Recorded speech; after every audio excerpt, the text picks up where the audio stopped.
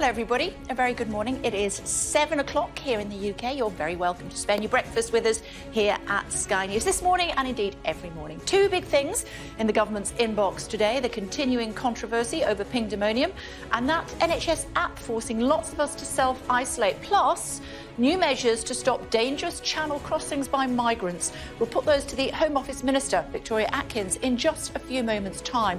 Plus, the Shadow Foreign Secretary, Lisa Nandy, fellow Wiganer, is also with us this morning.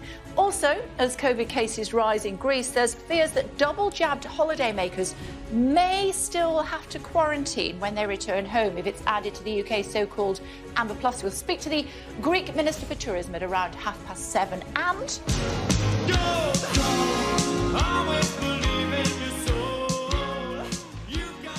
Love it. We'll speak to Gary Kemp, the songwriter and lead guitarist behind the iconic 80s band Spandau Ballet, who's attempting to give his solo career the Midas touch. See what we did there? It's Wednesday, the 21st of July. Ping pressure questions continue over the number of people self-isolating, as polls suggest 1 in 5 of us has turned off the NHS app. Driving down dangerous crossings, Britain and France announced new police patrols to crack down on illegal channel migration. Mayhem on the metro. Severe flooding in China kills at least 12 and forces 100,000 to flee their homes. Another extreme weather event as the climate crisis hits China too. All the latest from Tokyo as the Olympics finally get underway, but with a warning from the World Health Organization that more needs to be done to stop the pandemic. By the time the Olympic flame is extinguished on the 8th of August, more than 100,000 more people will perish. Extreme heat warnings are in place across parts of the UK and Ireland, with temperatures expected to remain above average, significantly so by day and by night. And a reminder to take care in the heat. Stay away from open water. Trapped in a home you can't sell. 4 years on from Grenfell, we investigate why some families are still suffering. By the time this is all resolved, sadly, I think I will probably be too old for us to try for a sibling for Blake. So it has entirely impacted our life choices as a family.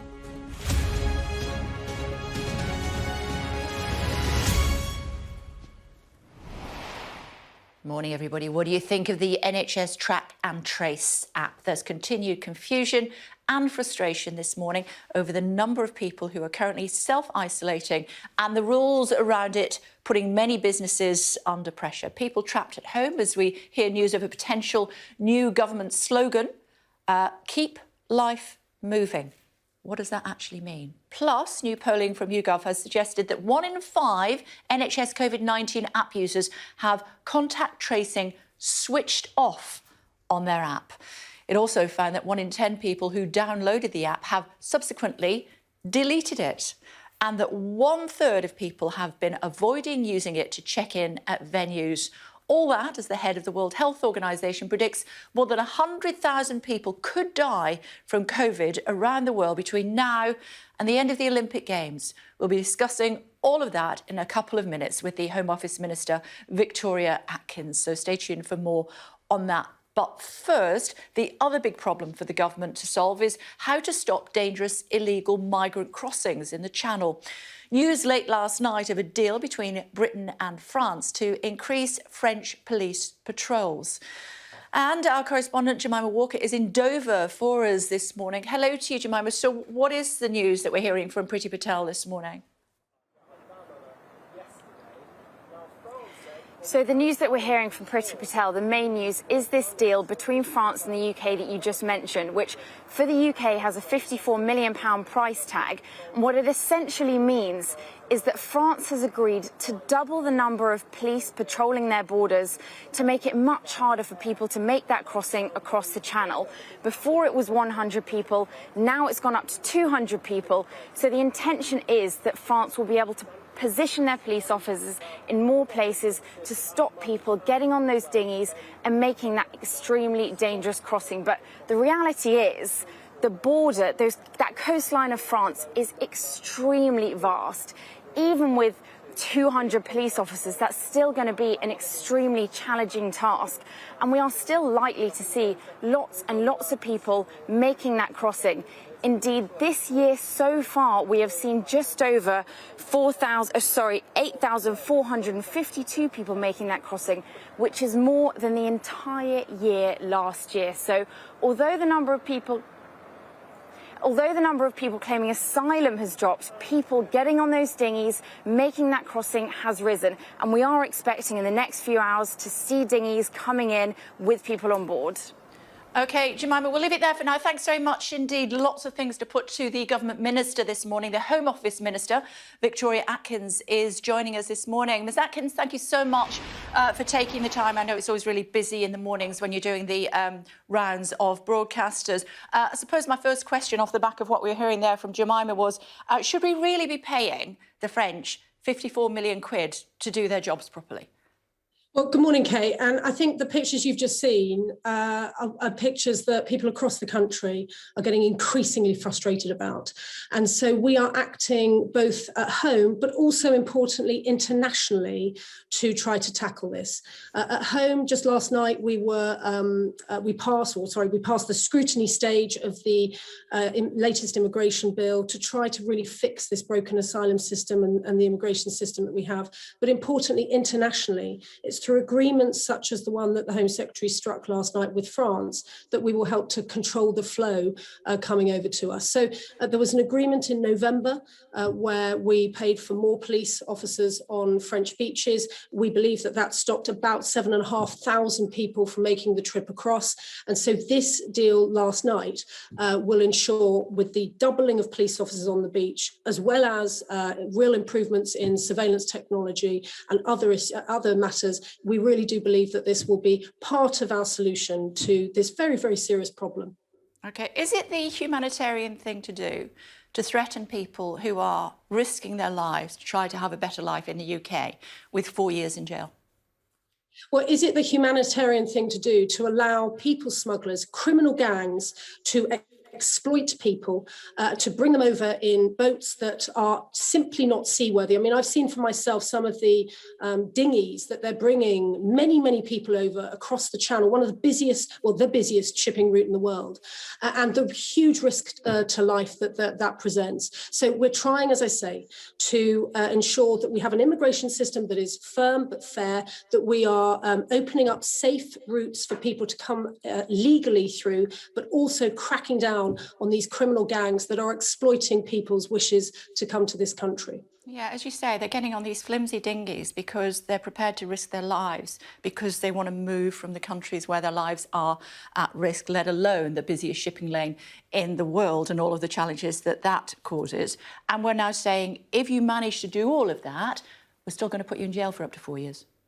Well, the important thing, and I don't accept the proposition of your question, but just taking a step back, if someone is seeking asylum and they have come from a country, a conflict-ridden country, then by definition, to get on that small boat, they will have passed through at least one safe country, France, Germany, and so on. We've only to see the movement patterns across the EU towards the French beaches and then the boats coming across to see that people don't seem to be taking up the opportunity to claim asylum and seek safety in other EU countries in the EU that are perfectly safe. So that's the message we've really got to land with people, that if you're landing in the EU, it's a safe set of countries, of course it is. Please, that is where you should be seeking asylum.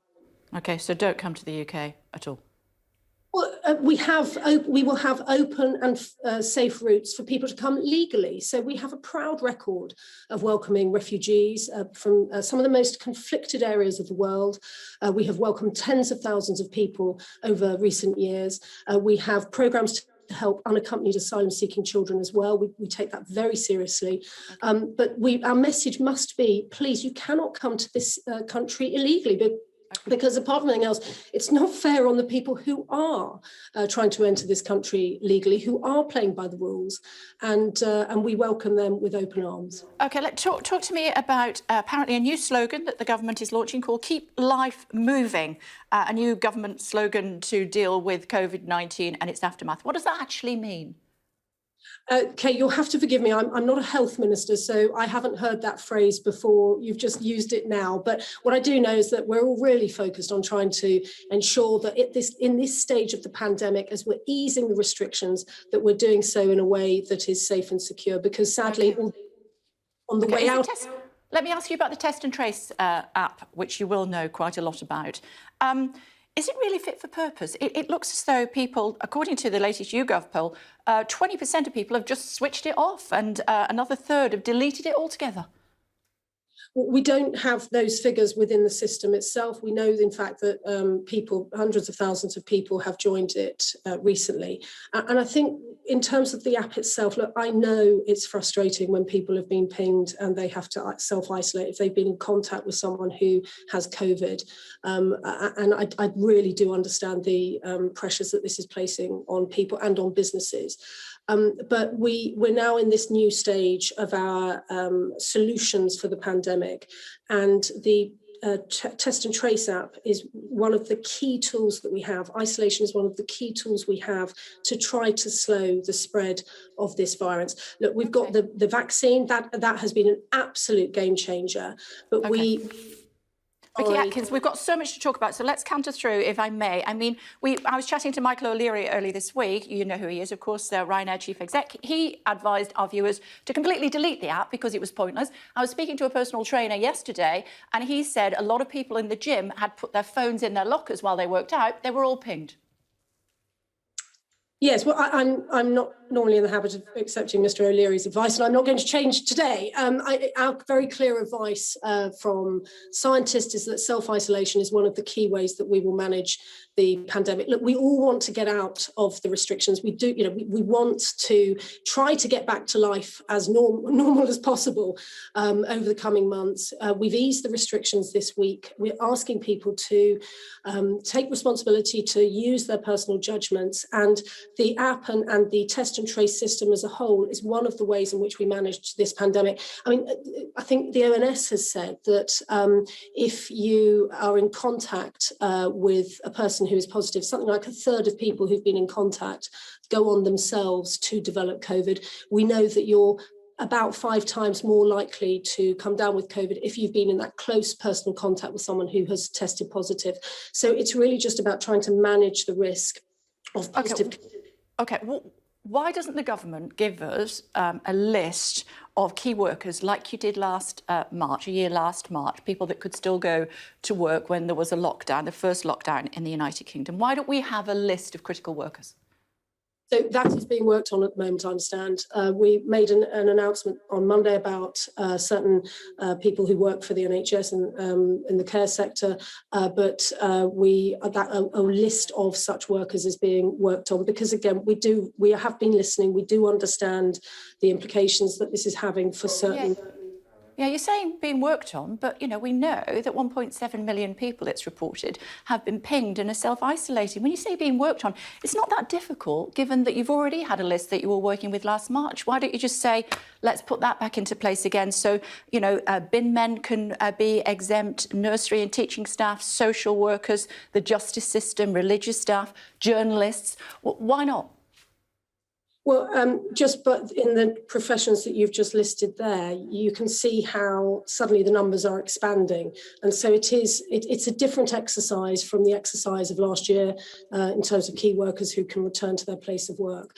It's a slightly different exercise because the scientists will have to be calculating, how many people equals risks in terms of spreading the virus around the country. So it's a complicated exercise, but it is very much being worked on. And as I say, we made the first step this week with our announcement in relation to the NHS. To that end, there's a story in the Guardian newspaper this morning that border officials will no longer be required to make basic COVID checks on arrivals in England from green and amber list countries. There'll be no need necessarily for people to say where they will be isolating for their 5 or 10 days, and there'll be no need for them to prove on every occasion when they're going to have their tests. Is that government policy? I haven't been briefed on that, so that's again not my portfolio area. But what I do know is that we are applying the policy. Is that border control's part of your remit? No. Sorry. border control part of your remit, no? Hidden harm. So I've actually come on the programme to talk about violence against women and girls. And we're going to talk about that, but you're the government minister representing the government's policy this morning. So if you could just offer me a view on that. It is in the papers this morning. I'm sure you had a look at them before you came on. A specialist minister in those areas. But in terms of quarantine rules, we have, again, on Monday, we set out that if you've been double vaccinated, there are changes in relation to amber list countries. And of course, with red list countries, those rules still very much apply. You must not travel there. So it's not something that the government would support, loosening the restrictions on amber list countries, people coming in from those countries into the UK, whether it's from France, Spain, potentially Spain, or other countries? With other countries, there are, I understand, a series of agreements that have been set up to ensure that vaccines overseas are recognised here and vice versa. So, there's a lot of work that goes on behind the scenes to try to ensure that international travel can continue, albeit in a very, very different way from how we've understood it in years previously. As you said, you also want to talk about violence against women and girls this morning. Again, reading in the papers, a third of universities are using gagging clauses to prevent students speaking out about sexual assault. What's your advice on that? Well, today we're launching the Tackling Violence Against Women and Girls strategy, which is a radical cross-government strategy to tackle crimes that disproportionately affect women and girls. We know from the national conversation that flared up earlier this year following very, very tragic events, just how much women and girls are experiencing and have experienced in the past in terms of those sorts of crimes. We absolutely want to tackle them. These crimes are not inevitable. And so this document is a huge document across, as I say, all aspects of national and local life. In terms of education, we very much want to work with education to ensure that we're teaching girls and boys really good, healthy attitudes in terms of relationships and how they're treating each other. But also in university, we're very concerned about allegations of sexual harassment within universities. We want to ensure that universities have a consistency and a quality of standards that they're applying. And we are looking very carefully at this use of NDAs in some universities because we are concerned about how they could be used to cover up very, very harmful practices within universities. Yeah, let's stick with the subject of women. How powerful is Carrie Johnson? A supportive spouse, as some would see her, or a shadowy Lady Macbeth figure, as she was seen yesterday, running the country while her husband doesn't know how to do it? I think Mrs. Johnson is married to the Prime Minister and she's a person in her own right. I feel very uncomfortable when some people delve into descriptions such as the one you've just used. She's a professional woman in her own right. She happens to be married to the Prime Minister. And I think we should just let her get on with the job of being married to the Prime Minister, frankly. Yeah, but does that include helping run the country? No, I mean, Number 10 have been clear that some of the allegations that were made in last night's interview, that political appointments, for example, are a matter solely for the Prime Minister. But I don't know Carrie, but I know dear friends who are friends with her, and I know that she is a supportive wife, as frankly every other spouse of a Prime Minister has been. I wonder if Mr. May got asked these questions. That was the question I was about to put to you, and the fact that, do we treat spouses that are women different to spouses that are men? Well, having had the real privilege of not one but two female prime ministers, we're the only party that has enabled that to happen. I think it's fair to say that, people will judge for themselves if there has been a difference in the treatment between the husbands of prime ministers as opposed to the wives of prime ministers. Indeed so. Thanks a lot for taking the time. I know you're a busy lady, so we'll let you go. Thanks a lot. Thanks. I wanted to show you, we showed you those pictures, didn't we, about what was happening in China. Severe floods have killed at least 12 people and forced thousands to flee their homes, with metro networks plunged underwater. Our Asia correspondent Tom Cheshire is in Beijing for us. Tom, those pictures on the metro, goodness. Yeah, I mean, it's been a really wet summer here all across China, but what happened in Henan province in the centre of China was another level. Weather forecasters said these were once in 1,000 years rain, and they brought terrifying consequences. Here's our report. People were making their way back home after work when the water burst in. It happened so fast that the trains were still running. Inside the carriages, commuters were trapped. And what started as an inconvenience quickly became the stuff of nightmares. The trains stopped, the water rising, up to their necks. And nothing they could do but wait and hope.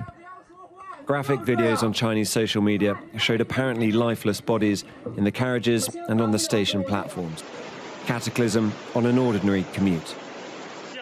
This man is saying that hundreds of people are trapped, and at least some of them were rescued. Henan province is home to nearly 100 million people. It has been hit by heavy rain since the weekend. But nearly a year's worth fell in just one day on the provincial capital of Zhengzhou yesterday. That's more than fell on Cologne in Germany, with all the devastation that brought. It is the rainy season here, but the ferocity of the flooding took everyone by surprise. Across the city, dozens of vehicles were swept away, made to look like toy cars floating in the water. 昨天这水到这个位置，然后车一过的情况下，你想它那水再往上那个一过车的话，那个水印嘛，它再往上飘一下，都到这地方，到这个位置了。水太深了，昨天。整个郑州市昨天整个郑州市全国路面都瘫痪了，现在。A huge rescue operation was in place. And Chinese state media reported that 100,000 people had been moved to safety. More than 150 students and teachers were trapped at this kindergarten. The army warned that major dams could burst, wreaking more havoc. And it is still raining. This has already been a week of climate disasters. Wildfire in the US, catastrophic flooding in Europe. Now, China too. There is no place on this planet that will go untouched. The official death toll currently stands at 12, but looking at those pictures, you would expect that to rise. The Chinese President Xi Jinping has said, warned of heavy casualties and said this is a severe situation. The fact that he's already made a statement shows that the leadership is taking control. There are soldiers being dispatched to Henan to try and clear this up, and it does look like the waters are receding. But I think after that has happened, people are going to be asking, quite rightly, how was this city able to be taken by such surprise by these waters? Yes. OK, Tom, absolutely horrific pictures. Thanks so much for updating us. Appreciate it. Thank you. Also want to tell you what's happening in the United States, talking about extreme weather and what happens as a result. Look at this. More than 2,000 firefighters are currently tackling the so-called bootleg fire in the US state of Oregon. It's the largest wildfire so far this year in the United States, having already burned more than 364,000 acres of land. The flames have grown by around 4 miles every day for the last fortnight due to gusty winds and dry, hot weather, something that's expected to continue over the coming days. And these dramatic pictures, the fire is now so large that it can actually be seen, as they say, from space. My goodness, we're going to be talking about the extreme weather here in the United Kingdom with Kirsty in just a short while too. But before that, I want to tell you about COVID cases and the rise in Greece. There's fears double-jabbed holidaymakers may still have to quarantine when they return home if it's added to the UK's so-called Amber Plus list. We'll speak to the Greek Minister for Tourism in about 5 minutes. Top of the next hour, we'll speak to the Shadow Foreign Secretary Lisa Nandy, with Labour claiming the government's building safety bill will only make the situation worse for leaseholders. And then at 8:20, we'll speak to the Royal National Lifeboat Association Institute, isn't it, about how to stay safe at the beach and on the sea while enjoying the hot weather. So many people losing their lives when they are out swimming in waters that they don't know. Don't do that. The RNLI will be telling us a little bit more about how to keep safe. Some other stories, though, making news for you this morning. And Marcus Rashford has criticised The Spectator magazine ahead of an article set to be published, suggesting that he was benefiting commercially from his campaigning. The England player said he partnered with brands to progress the work I do off the pitch, and asked why footballers can't just do the right thing. Harvey Weinstein has been extradited to California to face further sexual assault charges. The former Hollywood producer was convicted and sentenced to 23 years in prison in New York last year for rape and sexual assault. He lost a bid to block his move to California and now faces trial in Los Angeles on charges of allegedly attacking 5 women between 2004 and 2013. Ministers are preparing to outline their proposals to Parliament for solving the problems caused by the Northern Ireland Protocol. Yesterday, Boris Johnson spoke to his Dublin counterpart, urging pragmatism in order to mend the issues being created by the post-Brexit terms. Newspaper reports suggest Brexit Minister, Lord Frost, will outline a strategy that will look to get rid of most checks on goods travelling between Great Britain and Northern Ireland. Russian state officials have released footage of the mansion of a traffic police officer who they said led a criminal gang extorting huge bribes.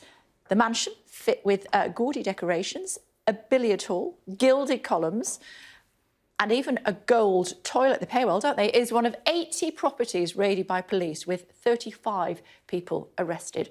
Russia's investigative committee said the criminal group had received bribes worth a total of 19 million rubles. That's just under £190,000.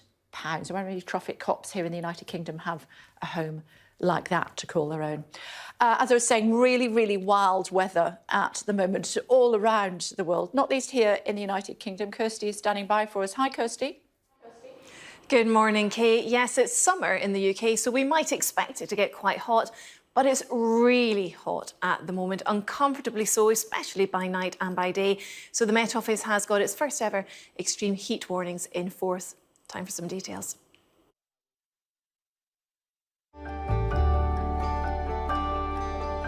Look forward to brighter skies. The weather, sponsored by Qatar Airways. Good morning. Very hot and sunny weather is set to continue. Changes coming for the weekend, but for now, we really are focusing on the heat.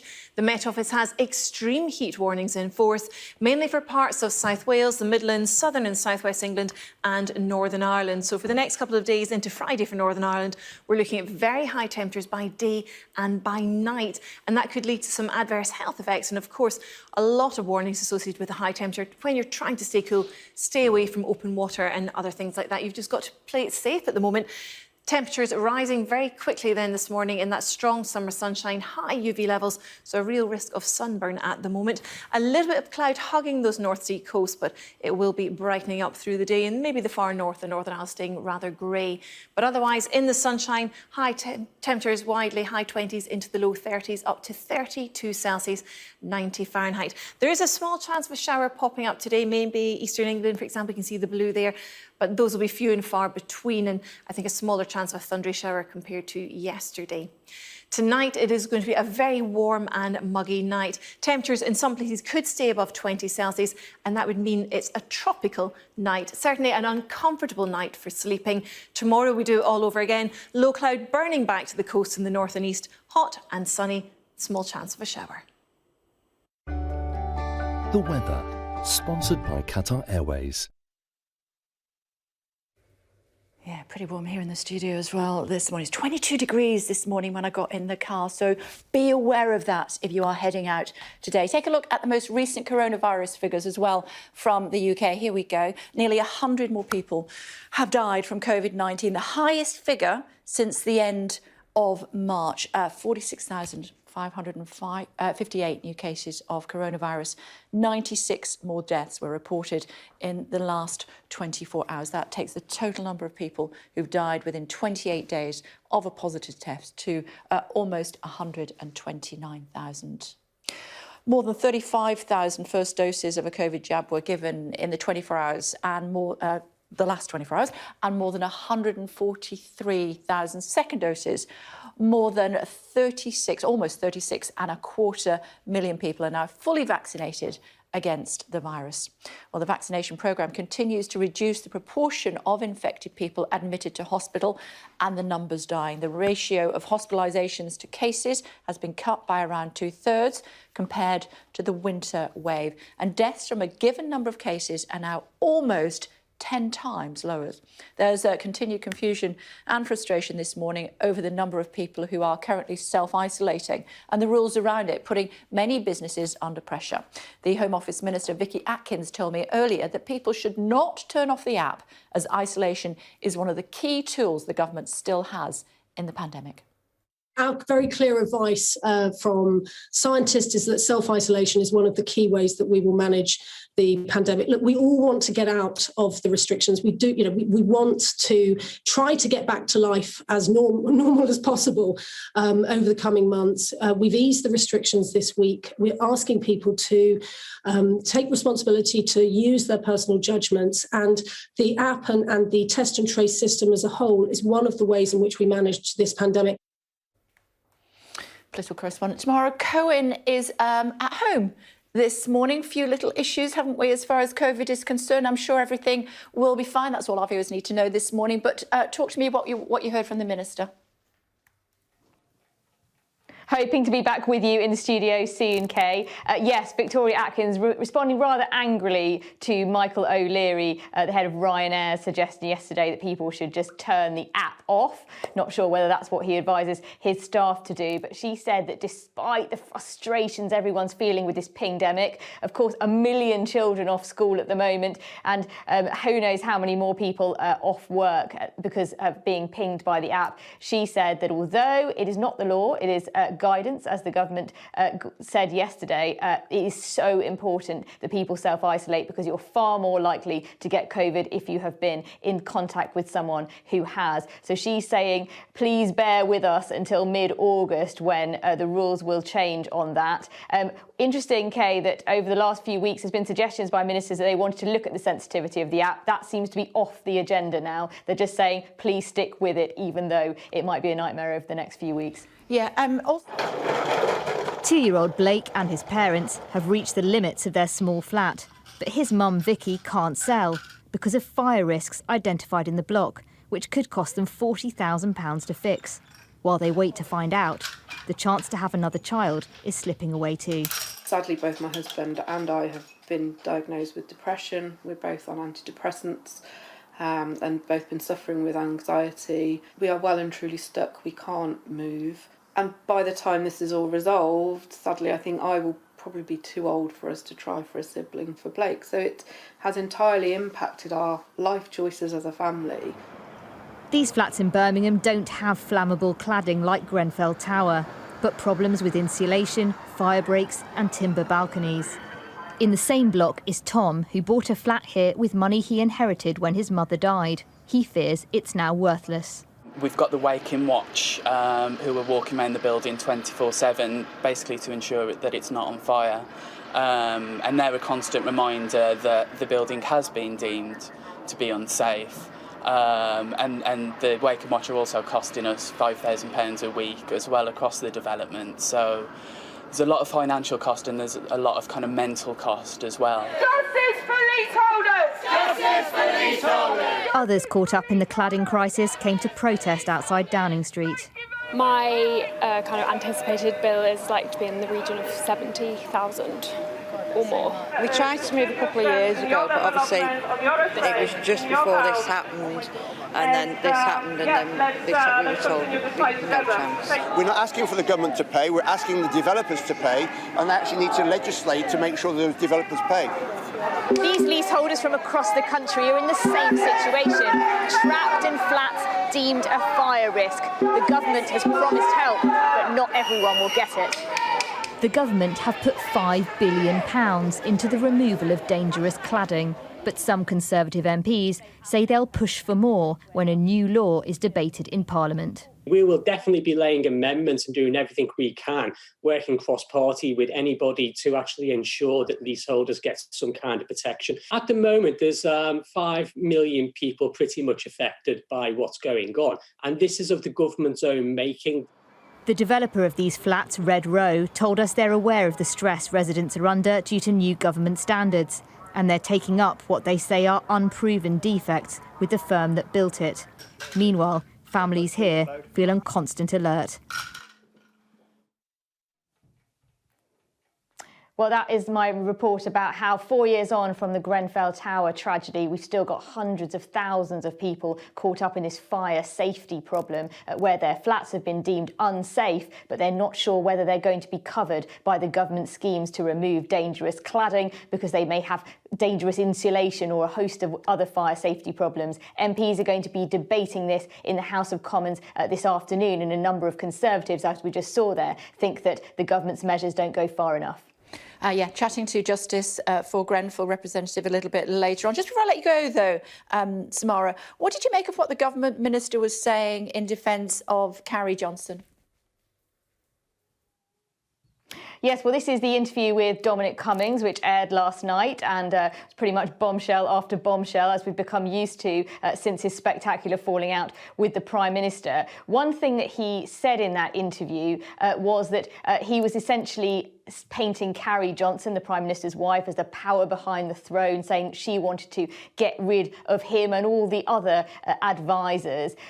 You got the sense from Victoria Atkins there that she said she was very uncomfortable with that language, that she thought it came across as very dismissive of Mrs. Johnson's role as a professional in her own right, and that suggesting that she is to blame for some of the government's woes was deeply unfair by Dominic Cummings. It must be said, although Tory MPs have been out in force suggesting that Dominic Cummings has only damaged himself with this interview, Downing Street have yesterday disputed a number of the claims that he makes. OK, for now, Tamara, thanks so much indeed. Thanks a lot.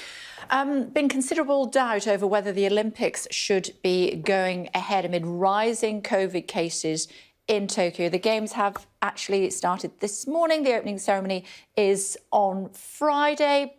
Some events, including softball, are already underway. Our sports correspondent Tom Parmenter is in Tokyo for us. He's going to be updating us every morning on what's happening at the Games. Starting this morning with some breaking news, Tom, I believe. Yes, unfortunately, Kay, it's another athlete who has tested positive. We've just heard in the last few minutes that a Dutch skateboarder, 31-year-old Candy Jacobs, is the latest athlete to test positive in the athletes' village itself, and that brings to 6 now the number of positive cases in that village, which was supposed to be this ultra-safe bubble within the Games. Well, the cases unfortunately keep coming. We've heard also of a Chilean taekwondo player who's had to withdraw from the Games due to a positive COVID test, and this is the kind of disruption that the organisers were bracing for and is now materialising. We've also heard from the World Health Organization, Dr. Tedros, familiar face around through the 18 months of the pandemic. He's been here in Tokyo talking to the Olympic organisers and just reminding everyone really that the pandemic is far from over around the world. The pandemic is a test, and the world is failing. More than 4 million people have died, and more continue to die. By the time the Olympic flame is extinguished on the 8th of August, more than 100,000 more people will perish.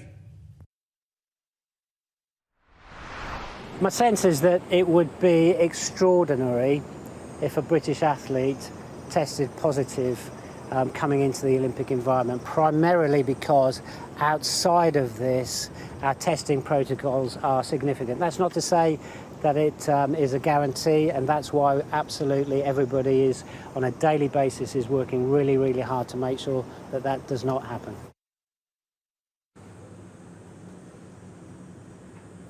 The pandemic will always be there in the background. It's a bit of a tightrope, these Games, but of course, we're here to celebrate great moments of sport and hopefully show you some extraordinary things that these athletes have been training 5 years now since the last Olympic Games in Rio. Let's take a look now at some of the runners and riders. Who are the big medal hopes for Team GB in Tokyo 2020? There's 175 men on Team GB, but 200 women. Remember the name Caroline Dubois. Aged 11, she had to choose a boy's name just to get inside a gym. I said my name is Colin, and I was there for like about 6 months. I think there's nothing more that I like doing than proving people wrong. You know, people say you can't do this. It just makes me angry and it makes me want to say, okay, well, let me show you that I can. Also watch out on the boxing team for Lauren Price from Pontypool and Lowestoft mum of 3, Charlie Davison. Look out for the blue hair of Sinead McIntosh from Edinburgh. She's our first shot at a medal. Laura Muir and Keely Hodgkinson are middle distance medal prospects, and Dina Asher-Smith goes for gold in the 100 metres, 200 metres and 4x100 relay. In equestrian, Charlotte Dujardin goes for her 3rd consecutive gold. So too Helen Glover in rowing and Jade Jones in taekwondo. There's also track cyclist royalty Laura Kenny. It makes me proud that I can sit amongst some of the best female athletes and be part of that movement that is currently happening. And it's not even just as a female, it's as a mum as well. Ready, set, hop! Liam Heath won gold last time, and those arms haven't lost their strength. Every athlete knows that their meticulous planning and training could be disrupted at any point through the Olympics by a COVID alert or a positive test. That is the tightrope of the Tokyo Games. Adam Peaty is hot favourite again, Andy Murray is back, and watch for Max Whitlock in gymnastics. In triathlon, Johnny Brownlee goes alone. His older brother Alistair hasn't qualified this time. And then there's Sky Brown, just 13 years old, but in with a genuine shot at a medal as skateboarding makes its debut. These games will surprise us. COVID may disrupt things, but Team GB is here and they are ready to chase down their dreams. Tom Parmenter, Sky News. So the games have now begun. Softball is underway up in Fukushima. We have the Team GB women's football kicking off in less than an hour, Kay. It is getting very real now here in Tokyo. OK, thanks for the update, Tom. Thanks a lot. As I said, Tom in Tokyo throughout the course of the Games. Now, as COVID cases continue to rise in holiday hotspots such as Greece and Spain, there's fears that double-jabbed holidaymakers may still have to quarantine when they return home if the countries are added to the UK's so-called Amber Plus list. Joined now by the Greek Tourism Minister, Harry Theoharis. Hello to you. It's always great to see you. Thanks for joining us. How concerned are you that your country may be added to the list, which means that people who are holidaying from the UK will have to isolate when they come home? Well, we always know that this is going to be a summer where we have to monitor everything. It's a very dynamic situation. First of all, we welcome the British tourists, the decision by the UK government to allow on amber list countries, if you're vaccinated, to come back without a quarantine. But of course, this is subject to review. We have established and worked hard to show to the British government how meticulous, how professional our system is, and to provide all the data necessary for them to make informed decisions. That's effectively all that we would ask for. So what do Brits need to know about what to do when they travel to Greece? Well, things have not changed much since, perhaps the last time that we talked. The protocols are still in place. We have recently opened indoor spaces. Those spaces are only accessible to vaccinated people only. But of course, there are a lot of outdoor spaces in restaurants, etc., that everyone can enjoy and share. Other than that, we ask everyone to follow the protocols and the health and safety. There is no mask wearing outside except in crowded places, say a small alley or places where many people are outside, and we advise caution. And of course, the mask wearing is required in indoor spaces. No music on Mykonos, is that right? This is for a few days. We wanted to ensure that we make the right decision to protect everyone's health. I was asked only recently when I was in London whether we're going to still keep the health and safety as our #1 priority or economic interests might take precedence. I think we're showing that we're not afraid to make the right decisions for the health and safety of our visitors and of our citizens. So this is what we will continue be doing all throughout the summer.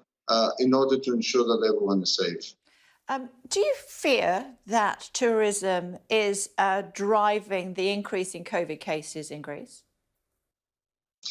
No, we don't see that. We don't see that there's a high incidence at our borders. Our rates are only 0.01 up to 0.09% in the previous days. So we don't see a high incidence in the people coming at our airports or at our land borders. But the increase in mobility in the summer and also the Delta variant, which spreads very, very quickly, has increased the number of cases throughout Europe. This is not just about the southern countries or the touristic countries. This is about every country. And at the same time, I think we're seeing that a lot of cases are registered, but not a lot of pressure in the health system. We hope that this will continue being the case. Of course, Greece is a country that has an extensive testing program. We were the first country to provide free testing at home, and we have, a very big number, certainly one of the highest numbers in Europe in terms of testing, and this helps isolate people, but also drives up the number of cases at the same time. A very quick thought before I let you go. What would you say to our Transport Secretary who might be considering putting your country on a different list? We certainly hope that the data supports our view that we should remain on the amber list. Greece is a safe country. We have innovated. Our vaccination drive and program continues unabated. Our numbers are comparable to the UK numbers that I saw you were presenting before. More than 55, close to 60% of the adult population has been vaccinated. So this is, all in all, we innovate. We provide for the young people 150 euro stipend if they get vaccinated. And so we try to do everything we can to help keep the situation under control, and we certainly feel that it is under control. Okay, Minister, always a pleasure. Thank you very much indeed for joining us. Thank you. So from Athens, who fancies going to the beach? Okay, let's take you to the Spanish city of Marbella, joined by journalist John Clark, who looks after one of the local newspapers, the Olive Press there. It's always great to see you, John. Thanks for joining us this morning. What's the mood in Spain as cases are continuing to rise there?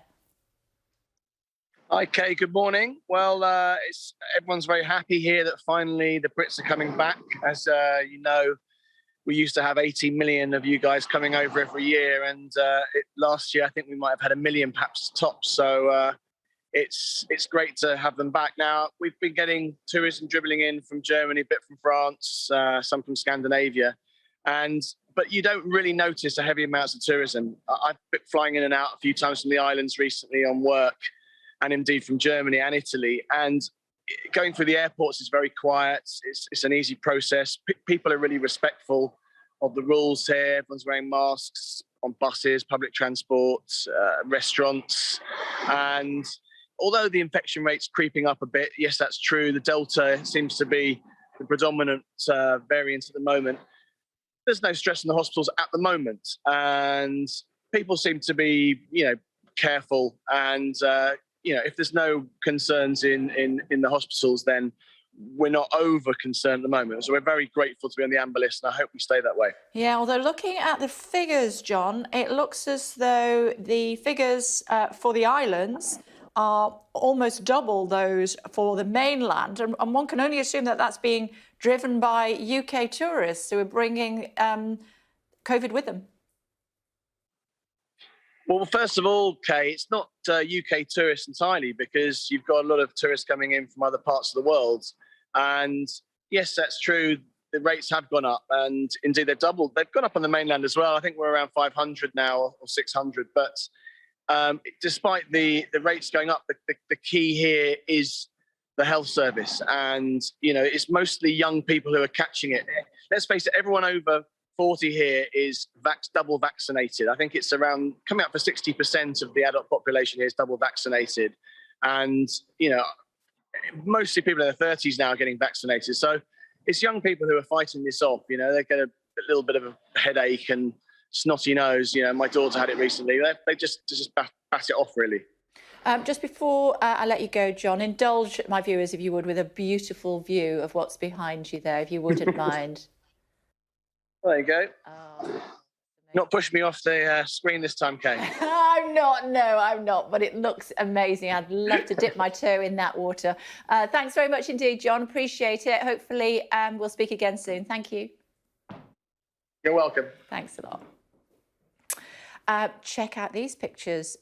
In Australia, we're going right around the globe this morning, aren't we? A man has been arrested after making a dramatic escape using bedsheets to abseil down from his quarantine hotel. That's exactly what he did. After arriving in Perth on a flight from Brisbane, he had his application for entry refused and was told to quarantine for 48 hours, that's all, before leaving the state. But instead, he decided to escape, making his descent from his fourth-floor room using a rope made out of bed sheets. Eventually, he was caught and arrested by officers around 8 hours later. I mean, it's fairly obvious which room they were coming from, so fairly obvious who was responsible. There we are. So he's been arrested. Now, returning to the New Deal Britain has agreed with France, aimed at stemming the rising number of migrants crossing the English Channel. Joined now by the former Director General of the UK Border Force, and that's Tony Smith. Hello to you, Mr. Smith. Thanks for joining us on the programme this morning. What are you making of what we've heard overnight about what Priti Patel is planning? Morning, Kay. Well, I'm not surprised that we're investing in more border security in northern France because, you know, there's a game of cat and mouse going on the French coast between the French border police and the smuggling gangs. And it's pretty clear that smuggling gangs have got a lot of resources. They're moving migrants along the coast. We're seeing different points of disembarkation. So by providing the French with more resources, more patrols and potentially more technology to track and trace the smuggling gangs, it gives us a greater opportunity to prevent these crossings and, of course, ultimately to save lives. Amnesty International, of course, disagree. They say the plans are extremely reckless and a dangerous response. Yes, well, there's always going to be widespread political opinion on this. I mean, I think what the government are trying to do here is to tackle the international smuggling rings that are operating across the Channel, Kay, and that is very, very dangerous activity. We have seen drownings. We will see more. We've had a very nice weather window, haven't we, the last few days, which has enabled a very large number to come, which has pushed this back in the public eye. But the problem we have is that there's a vicious circle, really. The migrants are being told, well, if you give us 5,000, 10,000 euros, just jump into this dinghy, we'll get you on the water and, you will achieve your ambition to get into the UK. And because we're not returning anybody who are coming, on this route, then obviously that's working. And so more will come. So I think it's a real attempt now to try and work with the French to break that cycle and to try and put these smuggling gangs out of business. On the wider topic of border control, a report in this morning's Guardian newspaper suggesting that border officials no longer required to make basic COVID checks on arrival into the UK from amber list countries. Thoughts on that? Well, Kay, so the COVID checks at the border have caused huge problems for our officers, certainly in the early stages where there was a manual process. Passengers were having to print paperwork, show us their iPads and iPhones where the batteries had gone flat, 7-hour delays. A lot of work going on now to firstly require the airlines to do those checks before you board. So a lot of people will have been checked by the airline anyway before you arrive at the UK. And secondly, to upgrade our e-gates so that we can cross-match your health records with our own system, with your passport number. So there's a lot of work going on and it's quite a complicated solution. But the problem for the Border Force is, of course, they have to implement regulations laid down by government. Our job is to protect health and to stop new variants of COVID getting into the country. So they're going to continue to try and do that. But they're trying to use technology and a slightly different risk assessment framework to enable us to do that and keep the passengers moving as best we can while, undertaking our statutory duties. What's your thoughts on the query about whether border staff should be still listed as critical workers, meaning that if they're pinged, they can still go to work? Well, I think they should be, Kay. They're frontline operational officers and they don't just work at the airport. Of course, we discussed, the migrant boats. We've got Border Force officers and immigration enforcement officers putting themselves at risk every day to deal with migrants crossing. We are frontline. So I do think that the Border Force are in the same category as other essential workers to keep our borders open, to secure our borders, and also, to protect the health of the country and of people coming in and out of the country. So I do think that is an important factor. OK, it's good to talk to you. Thanks for joining us this morning. Thanks a lot.